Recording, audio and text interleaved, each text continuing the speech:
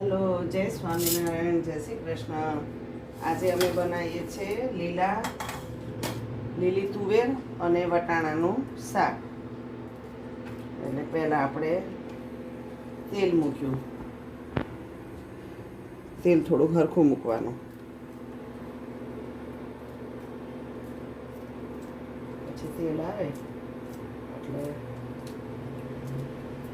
એ મરચાં કાપી નાખી દઈએ એટલે ટેસ્ટ સારો. પછી આ મરચાં કાપીને 2 મરચાં કાપી નાખ્યા અંદર એટલે ટેસ્ટ સારો આવે. અને આમ મીઠો લીમડો લેવું,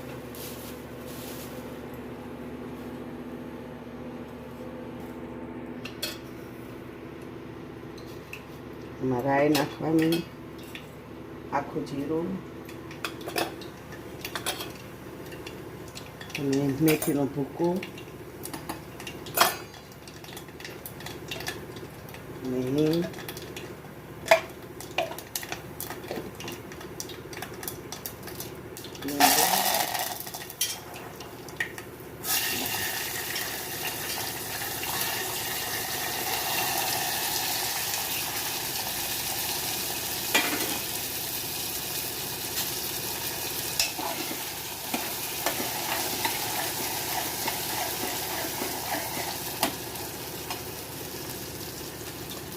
પછી એનું મરચું નાખવાનું, લાલ મરચું પાવડર,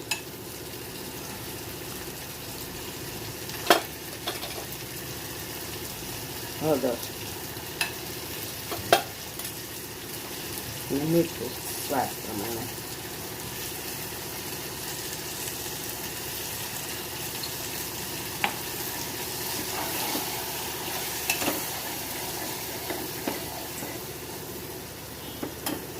પછી આમાં થોડું પાણી નાખવાનું,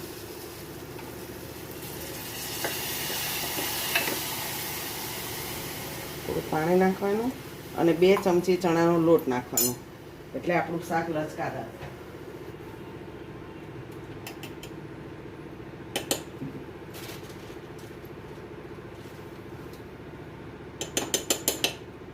બે ચમચી ચણાનો લોટ નાખ્યો અને હવે આપણે કુકર બંધ કરી દઈશું. 2 સીટી વગાડવાની, મસ્ત શાક તૈયાર થઈ જશે. સફેદ કઢી આજ બનાવવાની છે એટલે આજે મલાઈની છાશ કરી એટલે એમાંથી 1.5 છાલી છાશ લીધી છે. બહુ ખાટી નહીં, બહુ મોળી નહીં. એમાં 3 ચમચી ચણાનો લોટ એટલે બેસન,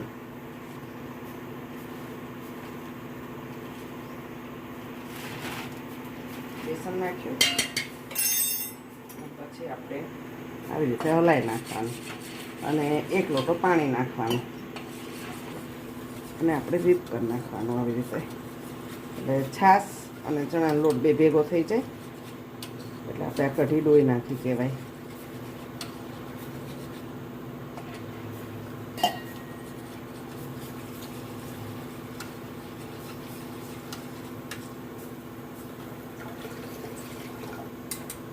આપણે સફેદ કઢી કરવાની છે એટલે હળદર કે લાલ મરચું નહીં નાખવાનું. આપણે આ લીલા મરચાં નાખીને એની તીખાશ લાવવાની. વઘાર કરી નાખીએ કઢી. સીટી વાગી ગઈ છે, 2 સીટી. હવે આપણે કઢી વઘારશું. આપણે આ કઢી વઘારીએ ને એમાં ઘી નાખવાનું, ઘીથી વઘારવાની એટલે મસ્ત સુગંધ આવે. થોડું તેલ નાખવાનું એટલે ઘી બળે નહીં.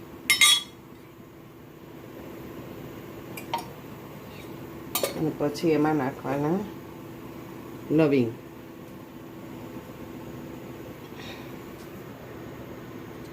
હવે ઘી ગરમ થઈ ગયું છે એટલે એમાં આપણે 1 તજનો ટુકડો અને લવિંગ અને પછી રાઈ નાખશું.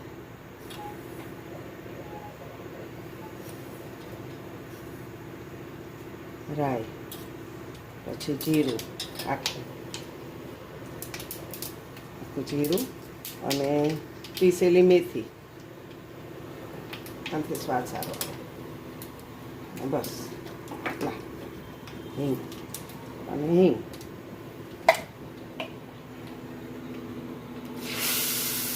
આપણો વઘાર થઈ ગયો અને આ કઢીની અંદર સ્વાદ અનુસાર મેં મીઠું નાખી દીધું છે અને ગોળ નાખવાનો.